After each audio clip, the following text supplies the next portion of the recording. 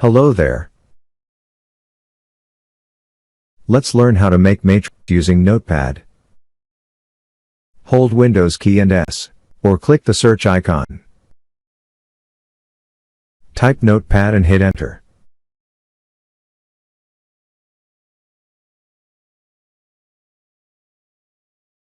Now copy the code from the video description and paste it in the Notepad.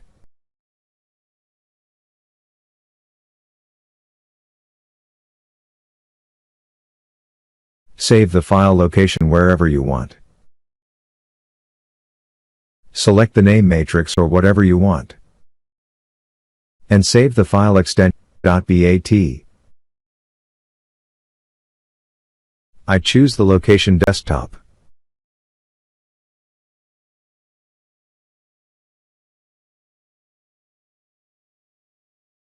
Go to your file location and double-click it.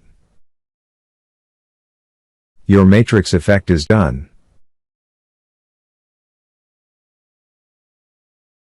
Also, you can change the color code.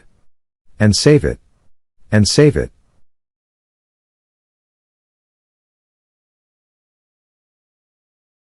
Again, open the .bat to change. You can see the change.